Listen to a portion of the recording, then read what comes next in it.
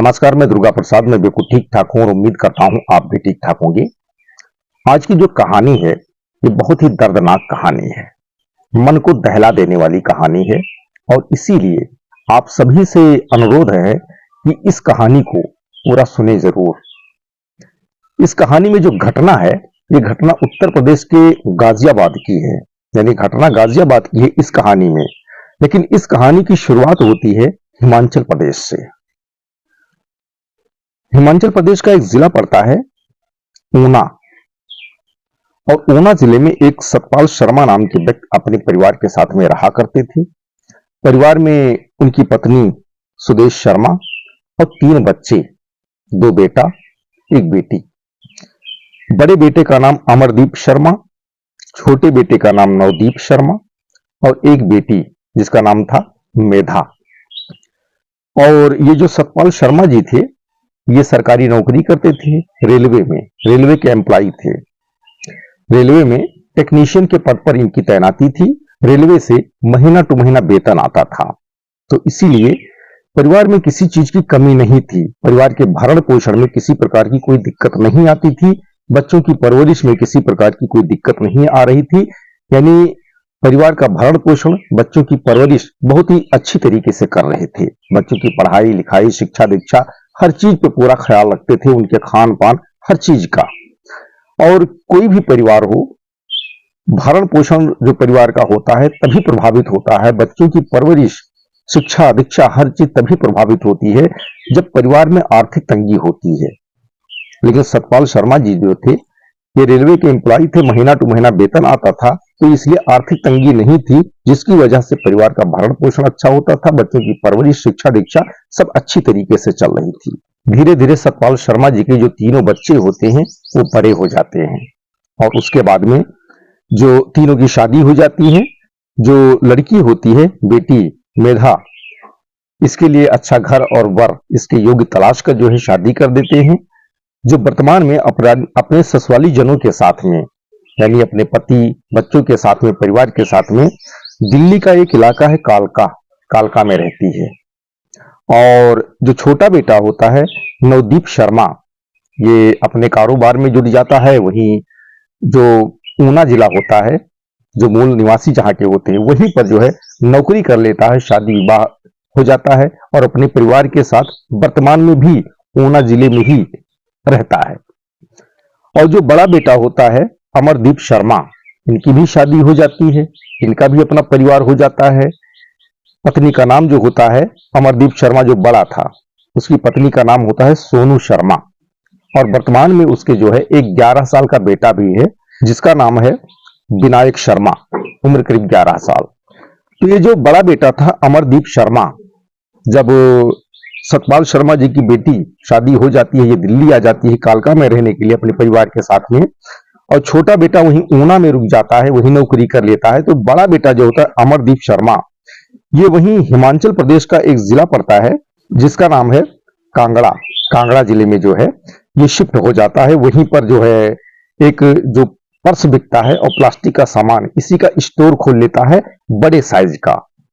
और वहीं पर जो है अपनी पत्नी सोनू शर्मा को और बेटे के साथ में वहीं कांगड़ा जिले में शिफ्ट हो जाता है।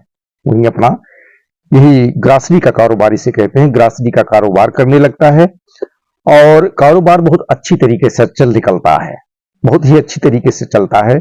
लेकिन बाद में 2020 और 21 में जब पूरी दुनिया में कोविड महामारी जो थी ये फैली हुई थी, तो 2020 और 21 में जो है लॉकडाउन लगा था। और इस लॉकडाउन की वजह से बहुत अच्छे अच्छे कारोबारी जो थे वो भी टूट गए थे। और वही उसी में जो है अमरदीप शर्मा जो थे यह भी टूट गए। 2020 और 21 में जब लॉकडाउन लगा तो इस लॉकडाउन की वजह से जो इनका ग्रासरी का कारोबार था ये बहुत ज्यादा घाटे में आ गया, यानी बंद होने के कगार पर पहुंच गया। लेकिन अमरदीप शर्मा बंद नहीं करना चाहते थे और उसमें नए सिरे से फिर से पूंजी लगाना शुरू कर दिए। यानी कुछ नातेदार, रिश्तेदार, भाई, बंधु, हित व्यवहारी जो थे उनसे कर्जा ले लेके इसी ग्रासरी का जो स्टोर था इनका बड़े साइज का कारोबार था उसमें लगाने लगे। और जब उससे भी कारोबार आगे नहीं बढ़ पाया तो वहीं पर एक प्राइवेट फाइनेंशियल कंपनी से बिजनेस के लिए भारी मात्रा में इन्होंने लोन ले लिया और लोन लेने के बाद में सारा पैसा इसी ग्रासरी के कारोबार में लगा दिए। लेकिन काफी मेहनत करने के बाद, प्रयास करने के बावजूद इनका कारोबार ऊपर उठ नहीं पाया, बल्कि जितने नातेदार, रिश्तेदार, हित व्यवहारी सबसे कर्जा लिए थे, वो कर्जा भी इसी अपना कारोबार में लगा दिए, वो भी डूब गया, घाटे में चला गया। जो प्राइवेट फाइनेंस कंपनी से कर्जा लिए थे भारी मात्रा में, वो भी इसी कारोबार में लगा दिए थे, लेकिन फिर भी कारोबार उठा नहीं बल्कि घाटे में चला गया। और आज के करीब 3 महीना पहले कांगड़ा का जो इनका शोरूम था, कारोबार था ग्रासरी का, उसको बंद करना पड़ा। अब जो दोनों इनके भाई बहन थे, यानी जो एक भाई था नवदीप शर्मा, ये अपना नौकरी करता था वही ऊना में, अपने परिवार में व्यस्त मस्त, और जो बहन थी मेधा, ये अपना दिल्ली में अपने परिवार के साथ अपना व्यस्त मस्त। अब जब 3 महीना पहले जब ये कर्ज के भंवर में मतलब पूरी तरह से डूब गए और इनको जो है अपना कारोबार बंद करना पड़ा, तो फिर इनको सहारा देने वाला कोई नहीं, क्योंकि पिता सतपाल शर्मा जो थे, करीब 1 साल पहले हार्ट अटैक से उनकी मौत हो चुकी थी, और जो माता जी थी सुदेश शर्मा, आज से करीब 2 साल पहले एक बीमारी की वजह से उनकी भी मौत हो गई थी। यानी माता पिता का साया इन लोगों के सिर से उठ चुका था। भाई बहन अपनी अपनी जगह पर अपने परिवार में व्यस्त मस्त, अपने काम धंधे में व्यस्त मस्त। अब जो अमरदीप शर्मा थे, ये पूरी तरह से अकेले, साथ में पत्नी सोनू शर्मा और एक बेटा विनायक शर्मा जो 11 साल का, पत्नी की उम्र सोनू शर्मा की करीब 35 साल के आसपास, और जो ये अमरदीप शर्मा जी थे, इनकी उम्र करीब 42 साल के आसपास में थी। अब पूरी तरह से ये अकेले हो जाते हैं, और 3 महीना पहले जब इनका कारोबार कांगड़ा में बंद हो जाता है, तो ये हिमाचल प्रदेश छोड़कर यूपी चले आते हैं, गाजियाबाद।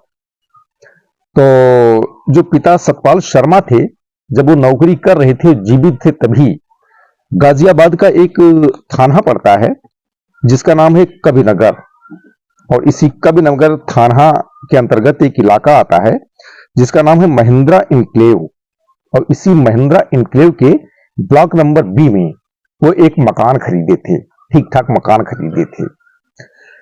तो जब 3 महीना पहले कारोबार बंद किया अमरदीप शर्मा, तो हिमाचल प्रदेश कांगड़ा जिला छोड़कर जो है अपनी पत्नी सोनू शर्मा और बेटा जो 11 साल का था विनायक शर्मा, इनको लेके गाजियाबाद आके यही महिंद्रा इनक्लेव के बी ब्लॉक में जो उनके पिताजी का खरीदा हुआ घर था, इसी में रहने लगते हैं। तो क्या था कि जब पिताजी 1 साल पहले तक जीवित थे, तब ये घर उन्हीं का था, उन्हीं के नाम से था।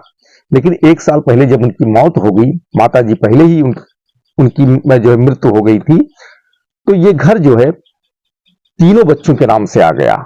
यानी अमरदीप शर्मा, 3 बच्चे थे सतपाल शर्मा जी के, अमरदीप शर्मा और एक नवदीप शर्मा और एक बेटी मेधा, इन तीनों लोगों के पास इस घर का कागजात हो गया।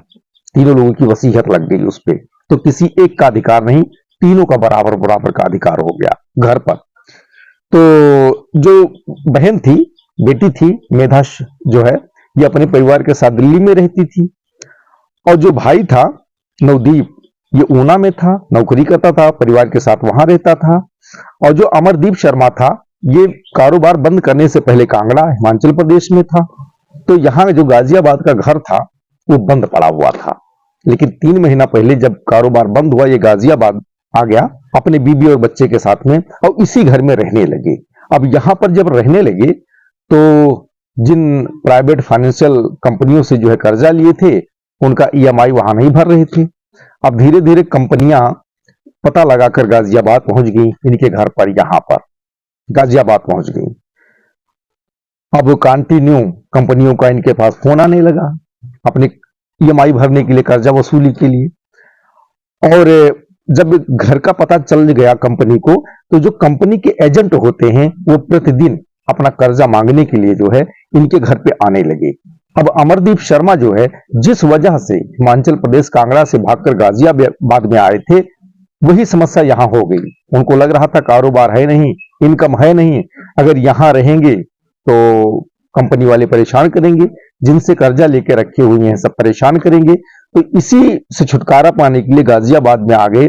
लेकिन यहां पर भी कंपनी को पता चल ही गया अब दिन में एक बार नहीं 10-10 बार कंपनी का फोन, प्रतिदिन जो है कंपनी के एजेंट यहाँ वसूली करने आए। अब अच्छा, कारोबार बंद हो चुका था, आमदनी कुछ नहीं। जो पत्नी थी, एक बच्चा था, उनके खान पान और पढ़ाई लिखाई के लिए ही दिक्कत हो रही थी, कर्जा कहाँ से भरते। लेकिन कंपनियों से इसका क्या लेना देना, कंपनियों को तो वो तो कर्जा दे रखी थी, तो उनको तो अपना वसूली करना ही करना था। उनका अपना ईएमआई चलता रहता है महीना टू महीना, लेकिन वो नहीं भर पा रहे थे। अब इससे जो अमरदीप शर्मा होते हैं वो भी परेशान हो जाते हैं, काफी प्रेशर में आ जाते हैं। जो पत्नी सोनू शर्मा होती है वो भी परेशान, एक बेटा होता है वो भी परेशान, सबके सब परेशान।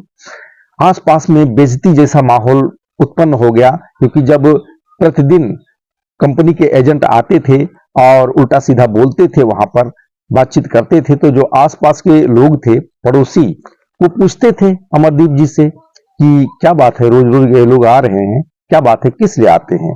तो मजबूरी में ना चाहकर भी बताना पड़ता था कि लोन लेके रखे हुए हैं तो उसी का ईएमआई मांगने के लिए आते हैं, लेकिन इस वक्त कोई कारोबार हमारे पास है नहीं, इसलिए दे नहीं पा रहा हूं, इसलिए जो है परेशानी हो रही, काफी प्रेशर है मेरे ऊपर, ये सब बताते थे। लेकिन ये सब बताने में उनको काफी बेइज्जती महसूस होती थी कि अगर पैसा होता, कर्ज ना होता, इन लोगों का कर्ज भर देता, तो आज इन लोगों के सामने ये मांगने ना आते, और मांगने ना आते तो लोगों के बीच में उनकी बेइज्जती ना होती। ये बहुत ही अजीब उनको लगता है। लेकिन अब जो अमरदीप थे वो करें तो क्या करें, चारों तरफ से उनका रास्ता बंद, सहयोग करने वाला कोई नहीं, भाई बहन सब अपने में मस्त, माता पिता का साया सिर से उठ चुका था, कारोबार बंद हो चुका था, आवक कहीं से था नहीं, लेकिन कंपनियों का कर्जा तो भरना ही था, कहीं से भी भरना था।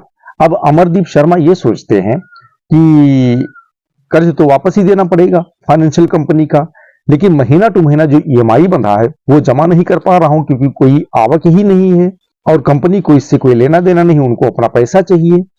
तो इस तरह अगर हम ईएमआई नहीं भरते हैं तो फोन भी आता रहेगा, प्रेशर होगा, एजेंट भी आते रहेंगे। लेकिन अगर कुछ पैसे का इंतजाम हो जाए और एक साथ ही कुछ पैसा कंपनी में भर देते हैं, तो हो सकता है कंपनी से बातचीत करने के बाद या कंपनी से अनुरोध करने के बाद कुछ दिन के लिए रिलैक्स मिल जाए, ये सोचते हैं।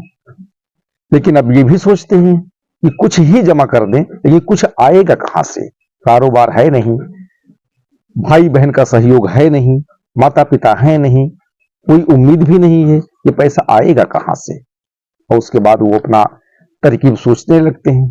सोचते सोचते उनको अपने भाई और जो बहन थी उन पर विश्वास था कि वो भले सहयोग ना करें, पैसे रुपए ना दें, क्योंकि उनके पास भी ज्यादा कमाई नहीं है, लेकिन अगर कोई बात हम बोल देंगे तो मान लेंगे, उनको उम्मीद थी। और इसी उम्मीद के सहारे वो जो गाजियाबाद में घर था सतपाल शर्मा जी का, जो 3 लोगों के नाम से हो गया था उनके ना रहने के बाद में, जिसमें ये रह रहा था अमरदीप शर्मा, उसी घर के ऊपर जो है बैंक में लोन का आवेदन कर देते हैं। अब लोन का आवेदन कर देते हैं तो भाई नवदीप शर्मा और बहन मेधा शर्मा, मेधा, इनसे बिना बताए ये जो घर का दस्तावेज होता है, कागज होता है, ये बैंक के हवाले कर देते हैं और बैंक उसी दस्तावेज के माध्यम से जो है कर्ज मंजूर भी कर लेता है, यानी 25 लाख का कर्ज जो है लोन मंजूर कर देता है बैंक। अब बैंक लोन तो मंजूर कर देता है, लेकिन घर जो है 3 लोगों के नाम से था। अब तीनों लोगों की सहमति चाहिए थी। अमरदीप जो है अपने भाई बहन से पूछे नहीं थे, तो जब बैंक जो है अमरदीप से कहता है कि जो आपके एक भाई और बहन है उनका भी जो सहमति होता है, सहमति पत्र लाइए और उसके बाद जो आपका 25 लाख का कर्जा मंजूर हुआ है वो लेके जाइए।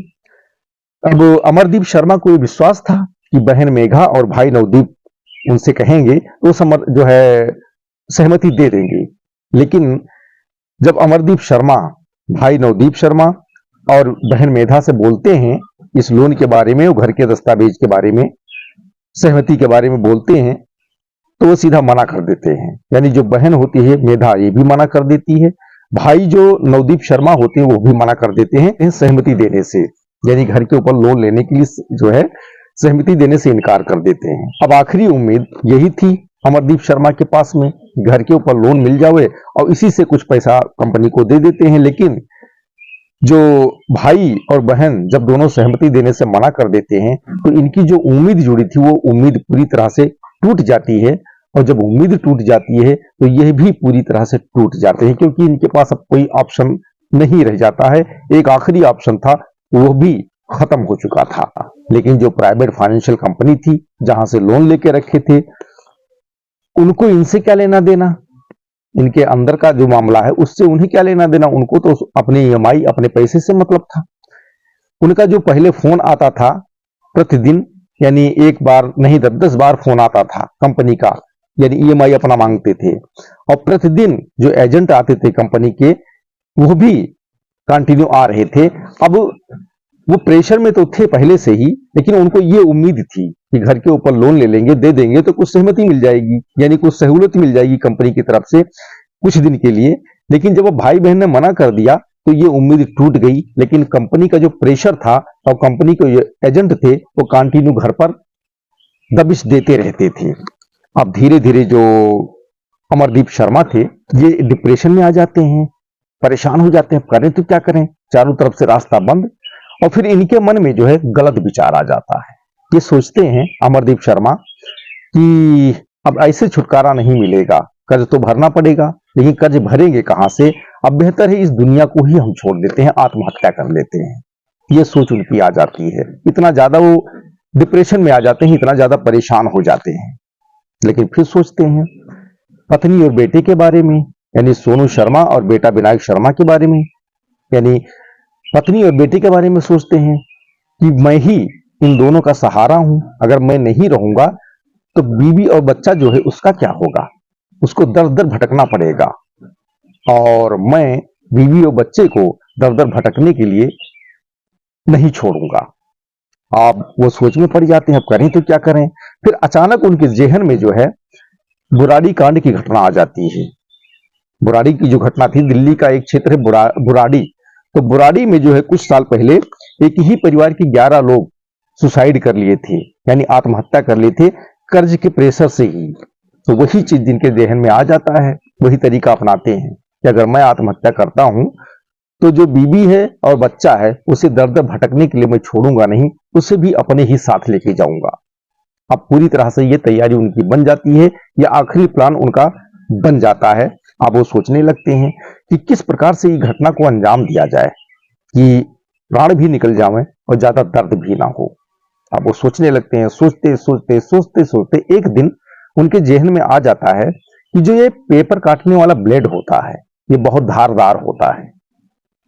इससे अगर गला रेत दिया जाए तो चंद सेकंड में इंसान के प्राण भी निकल जाएंगे और ज्यादा दर्द भी नहीं होगा। अब ये जेहन में जब उनके आ जाता है तो बस अब उसी कागज काटने वाले ब्लेड का जो है व्यवस्था करने में जुट जाते हैं। अब जब उसमें जुट जाते हैं तो ब्लेड की व्यवस्था हो जाती है। अब जब ब्लेड की व्यवस्था हो जाती है और षड्यंत्र पहले से इनका यानी मन पूरी तरह से कंप्लीट हो चुका था कि अब जो है पत्नी बेटे को भी मार देना है, खुद भी आत्महत्या कर लेना है, और ब्लेड की व्यवस्था हो जाती है, तो 11 मार्च 2024 को जो है ये एक सुसाइड नोट लिखते हैं। और सुसाइड नोट में क्या लिखते हैं ये हमारे पास में है, अभी बाद में हम आपको पढ़ के सुनाएंगे। अब 11 तारीख को सुसाइड नोट तैयार कर देते हैं। उसके बाद में समय का इंतजार करने लगते हैं। 11 मार्च बीत जाता है, 12 तारीख बीत जाती है, 13 तारीख भी जो दिन होता है पूरा बीत जाता है, रात हो जाती है, रात भी पूरा बीत जाती है। लगभग सुबह करीब 5 बजे के आसपास में, 4 बजे के आसपास, 4 या 5 बजे के आसपास में 14 मार्च 2024 दिन बृहस्पतिवार को सुबह वही 4 बजे के आसपास में घर के अंदर बेड पर कमरे में पत्नी सोनू शर्मा और बेटा विनायक शर्मा ये सोए रहते हैं गहरी नींद में। और जो अमरदीप शर्मा होते हैं पूरी रात सोए ही नहीं थे, उलझन में पड़े हुए थे, रात भर नींद नहीं आई थी। और वही सुबह 4 बजे के आसपास में जो है पत्नी सोनू शर्मा और बेटा विनायक शर्मा वहां सोए हुए थे गहरी नींद में। सुबह की नींद तो जानते ही बहुत गहरी नींद होती है। उसी नींद में जो है अपना अमरदीप शर्मा पत्नी और जो बेटा था दोनों का जो है उसी कागज वाले ब्लेड से गला रेत देते हैं, और कुछ ही देर में उनकी जो है मौत हो जाती है। उसी बेड पे लेटे लेटे ही मौत हो जाती है। और जिस बेड पे लेटे थे, बेड का जो बिस्तर था वो खून से पूरी तरह से जो है भर जाता है। और उसके बाद में जो अमरदीप शर्मा होते हैं यह भी वही ब्लेड से अपना गला रेत लेते हैं और वहीं पर बेड के पास में ही कमरे के अंदर फर्श पर जो है गिर जाते हैं, लेकिन इनकी मौत नहीं होती है, लहूलुहान हो जाते हैं। अब उसके बाद में जब ये लहूलुहान होकर नीचे गिर जाते हैं तो तत्काल अपने मोबाइल से अपने भाई को फोन करते हैं, वहां ऊना में, यानी नवदीप शर्मा इनका जो भाई था ऊना में रहता था हिमाचल प्रदेश, वहां फोन करते हैं और एक ही बात बोलते हैं कि भाई कुछ लोगों ने मेरे ऊपर जो है जानलेवा हमला कर दिया है। इतना बोलने के बाद फोन कट कर देते हैं।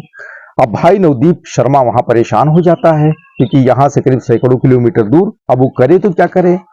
अब इतना बोलने के बाद जब इनका फोन बंद हो जाता है, उसके बाद नवदीप शर्मा वहां ऊना से कंटिन्यू बार बार अमरदीप को फोन करता है, बड़े भाई को, आगे की जानकारी लेने के लिए। लेकिन एक बार बेल बजती है, पूरा रिंग बज जाती है, फोन नहीं उठता है। 2 बार 3 बार पूरा रिंग बज जाती है, फोन नहीं उठता है। अब नवदीप शर्मा वहां ऊना में परेशान हो जाता है, घबरा जाता है। तो यहीं पर जो महिंद्रा इनक्लेव था, जहां पर ये अपना अमरदीप शर्मा रह रहा था, बी ब्लॉक में, तो वहीं से इसी इलाके में जो है इनके अमरदीप शर्मा के जो है चाचा चाची रहते थे अपने परिवार के साथ में, उनका भी घर वहीं पर था। अब नवदीप शर्मा जब बड़े भाई अमरदीप शर्मा को बार बार फोन करता है, फोन नहीं उठता है, तो नवदीप जो है सीधा अपनी चाची संगीता को फोन करता है। अब संगीता को जब फोन करता है तो सुबह का समय था। संगीता से कहता है नवदीप शर्मा कि चाची जो है भाई के घर पे चली जाइए। अमरदीप शर्मा को बताते हैं भाई के घर पे चली जाइए, उनका फोन आया था, किसी ने उनपे जानलेवा हमला कर दिया है परिवार पे।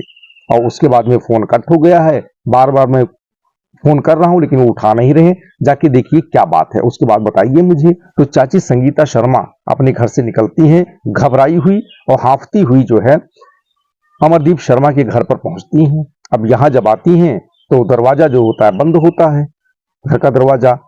अब दरवाजे को नोक करती हैं और जो अमरदीप शर्मा होते हैं उनको आवाज देती हैं, जो उनकी पत्नी सोनू शर्मा होती हैं उनको आवाज देती हैं, बेटा विनायक होता है उसको आवाज देती हैं, लेकिन अंदर से कोई जो है रिप्लाई नहीं आता है। अब वो परेशान हो जाती हैं। तो जो मेन दरवाजा था, मेन दरवाजे के बगल में एक लोहे की खिड़की लगी हुई थी, जहां अमरदीप शर्मा के घर पर खिड़की लगी हुई थी। और ये चीज जो है संगीता जानती थी, यानी चाची संगीता जानती थी कि वहां खिड़की से अगर हाथ डाला जाए तो जो दरवाजे का कुंडी है अंदर से वो खुल जाएगा। और वही तरकीब वो अपनाई। जब दरवाजा नहीं, ये लोग कुछ रिप्लाई नहीं दिए, उधर से आवाज नहीं आई, अंदर से अपना हाथ डालती हैं और जो दरवाजे का अंदर से कुंडी होता है कुंडी खोल देती हैं। अब कुंडी जब खुल जाती है तो दरवाजा खोल के जो है ये अंदर जाती हैं कमरे में। और जो अमरदीप थे ये वहीं पर बेड के पास में फर्श पर लहूलुहान पड़े हुए थे। अब ये दृश्य जब वो देखती हैं तो वो घबरा जाती हैं और शोर शराबा करते हुए घर से बाहर आती हैं और यहाँ अपना लोगों को आवाज देती हैं, पड़ोसियों को आवाज देती हैं, चीखने चिल्लाने लगती हैं। अब पड़ोसी जो होते हैं जब सुबह सुबह अपने ही पड़ोस में एक घर से शोर शराबा देखते हैं, चीखने चिल्लाने की आवाज सुनते हैं, तो दर्जनों की तादाद में पड़ोसी वहां पर इकट्ठा होते हैं अमरदीप शर्मा के घर पर। और जो चाची संगीता शर्मा होती है उनके साथ जब अंदर जाते हैं और अंदर का जब मंजर देखते हैं तो सबके हाथ पांव फूल जाते हैं, सबके सब परेशान, क्योंकि उनके पड़ोस में जो है एक घर में 2 लाश पड़ी हुई है, एक व्यक्ति खून से लथपथ पड़ा हुआ है। आप करें तो क्या करें, बहुत ही परेशान। अब जो पड़ोसी वहां इकट्ठा हुए थे उनकी मदद से जो चाची संगीता शर्मा होती हैं वो तत्काल गाजियाबाद पुलिस को जो है सूचना देती हैं। और गाजियाबाद पुलिस को जब ये पता चलता है कि अपना कबीरनगर थाना के अंतर्गत महिंद्रा इनक्लेव के ब्लॉक नंबर बी के एक घर में जो है 2 लोगों की हत्या हो चुकी है और एक व्यक्ति खून से लथपथ पड़ा हुआ है, ये जब गाजियाबाद पुलिस को सूचना मिलती है तो पूरे गाजियाबाद पुलिस में हड़कंप मच जाता है। और तत्काल गाजियाबाद के एसपी और जो कबीरनगर थाना के ये एसपी होते हैं, मय फोर्स दल बल के साथ घटनास्थल पर पहुंचते हैं, साथ में फॉरेंसिक टीम भी आती है। पुलिस जब यहां पहुंचती है तो जो अमरदीप शर्मा होते हैं उन्हें देखती है कि उनकी पलक झपक रही थी। अब पुलिस को लगता है कि ये भी जीवित है, तो तत्काल अमरदीप शर्मा को वहां एक स्थानीय हॉस्पिटल में जो है एडमिट करवाते हैं। और अमरदीप शर्मा वर्तमान में गाजियाबाद के एक हॉस्पिटल में जो है जिंदगी मौत से जूझ रहे हैं, उनका इलाज चल रहा है। अब पुलिस अमरदीप शर्मा की पत्नी को देखती है, बेटे को, यानी सोनू शर्मा और विनायक शर्मा को देखती है तो बेड पे वो मृत अवस्था में होते हैं, यानी माँ बेटे। तो पुलिस वहीं पर अपना जो कागजी कार्रवाई होता है, पंचनामा वगैरह लिखने के बाद माँ बेटे की डेड बॉडी को पोस्टमार्टम के लिए भेज देते हैं। जो फॉरेंसिक टीम होती है वो अपना वहां साक्ष्य इकट्ठा करती है, पुलिस अपना मौके मुआयना करती है और उसके बाद में घर की बारीकी से जो है तलाशी लेते हैं, यानी पूरा घर जो है खंगाल डालते हैं। तो वहां से एक जो है सुसाइड नोट मिलता है, और जो सुसाइड नोट के बारे में बताया था कि 11 मार्च को जो अमरदीप शर्मा थे वो नोट लिखे थे, वही नोट जो है पुलिस के हाथ लग जाता है, जो मैं आपको पढ़ के सुना रहा हूं। ये सुसाइड नोट में जो लिखा है, ये सुनने के बाद में यही लगेगा कि जो अपना अमरदीप शर्मा थे ये कुछ बिगड़ैल टाइप के थे। इसमें लिखा है, पहले वो पढ़ के सुना देता हूं आपको। मैं नहीं चाहता कि पत्नी और बेटा दर दर की ठोकरें खाएं, इसीलिए उन्हें साथ लिए जा रहा हूं। मैं भगवान से कामना करता हूं कि पत्नी और बेटे को मुक्ति दें। और आगे लिखा है, और मेरी आत्मा इस पृथ्वी पर भटकती रहे, यानी पत्नी और बेटे को भगवान मुक्ति दें लेकिन मेरी आत्मा इस पृथ्वी पर भटकती रहे, ऐसा लिखते हैं। आगे लिखते हैं, मैं पूरे होश में जीवन समाप्त करने जा रहा हूं। मेरी मौत के बाद पत्नी और बेटे का कोई सहारा नहीं है, वह दर दर ठोकरें ना खाएं, इसीलिए साथ लेकर जा रहा हूं। इसके लिए कोई जिम्मेदार नहीं है। मैं नहीं चाहता कि भविष्य में मेरी वजह से किसी को कोई नुकसान हो। मैं भाई और बहनों में सबसे बड़ा हूं, लेकिन आज तक बड़े होने का फर्ज नहीं निभा सका। माँ बाप को बर्बादी के सिवा कुछ नहीं दिया। मेरे जाने के बाद अब भाई बहन को परेशान कर रहा हूं। मेरे ऊपर इतना कर्ज हो चुका है कि उसे उतारने में पूरा जीवन कम पड़ जाएगा। मैंने मकान पर कर्ज लेने का आवेदन किया था, लोन मंजूर भी हो गया था और भाई बहन से पूछे बिना दस्तावेज भी दे दिया था। उम्मीद थी भाई बहन जो है सहमति दे देंगे, मान जाएंगे, लेकिन उन्होंने जब सहमति देने से मना कर दिया तो हिम्मत टूट गई। अमरदीप शर्मा जी ने अपने भाई यानी जो नवदीप शर्मा थे उनको लिखे हैं कि सिरोही जी से जो है मिलकर उनसे बातचीत कर लेना और मकान का जो कागज दस्तावेज उनके पास में है उसे उनसे मांग लेना। सिरोही जी के बारे में शायद जानते होंगे, कोई जान पहचान के होंगे। ये चीज जो है अपने भाई नवदीप शर्मा को लिखते हैं अपने सुसाइड नोट में। आगे लिखते हैं, आज तक मैं रायता ही फैलाया और भाई बहन ने उसे समेटा। भाई आज आखिरी रायता फैला रहा हूं, फिर से एक बार इसे भी समेट लेना। मेरी नीयत कभी खराब नहीं थी, हमेशा सबके लिए अच्छा करना चाहा। पैदा होने के बाद जो भी मुझसे जुड़ा उसे दुख के सिवा कुछ नहीं दिया। आज आखिरी बार माफी मांगता हूं, हो सके तो मुझे माफ कर देना। और आखिरी में अमरदीप अपने भाई बहन को प्रणाम लिखते हैं और बच्चों को स्नेह लिखते हैं। अब इस जो सुसाइड नोट में लिखा है इससे तो यही पता चलता है कि अमरदीप शर्मा जो थे ये कुछ बिगड़ैल टाइप के थे, यानी कारोबार पे विशेष ध्यान नहीं दे रहे थे, इधर उधर उल्टा सीधा काम करते रहे होंगे, जरूरत से ज्यादा पैसा खर्च करते रहे होंगे, काम धंधे पे ध्यान नहीं देते, व्यवहार भी इनका ठीक नहीं रहा होगा, बातचीत भी इनका ठीक नहीं रहा होगा, तभी तो ऐसी सारी बातें जो है इसमें लिखे हैं। और इसी वजह से हमें लगता है इनका कारोबार भी चौपट हुआ था, कारोबार भी बंद हुआ था, यानी अपनी हरकतों की वजह से ही इतना पैसा कर्जा भी लिए होंगे और ये जो है बर्बादी की कगार पर पहुंच गए और आज उनका ये हाल है। तो जैसे एक कबीर दास जी का दोहा है कि बिना विचारे जो करे सो पाछे पछताए, काम बिगाड़े आपनो जग में हुए हंसाए। तो इनके साथ भी वही हुआ, अपनी हरकतों की वजह से, अपने व्यवहार की वजह से अपना ही काम बिगाड़ लिए और नुकसान भी उठाए और जो है जग में हंसाई भी हुई। और आज पूरी तरह से जो साथ में इनके परिवार थे, बीवी था, बच्चा था, वो भी इस दुनिया से अलविदा कह गया, खुद जिंदगी मौत से जो है जूझ रहे हैं। लेकिन अगर शुरू से ही सब कुछ यानी जो इनके विचार थे, जो व्यवहार था, अगर सकारात्मक होता और हर चीज को जिम्मेदारी जवाबदारी पूर्वक जो है कर रहे होते तो शायद आज ये नौबत ना आती। तो दोस्तों फिलहाल यही कहानी है आज की मेरी। कहानी यदि अच्छी लगी हो तो लाइक करें, शेयर करें, कमेंट करें और चैनल पे नए हैं तो सब्सक्राइब अवश्य करें। फिर मिलेंगे अगले दिन एक नई कहानी के साथ। तब तक के लिए धन्यवाद। जय हिंद, जय भारत।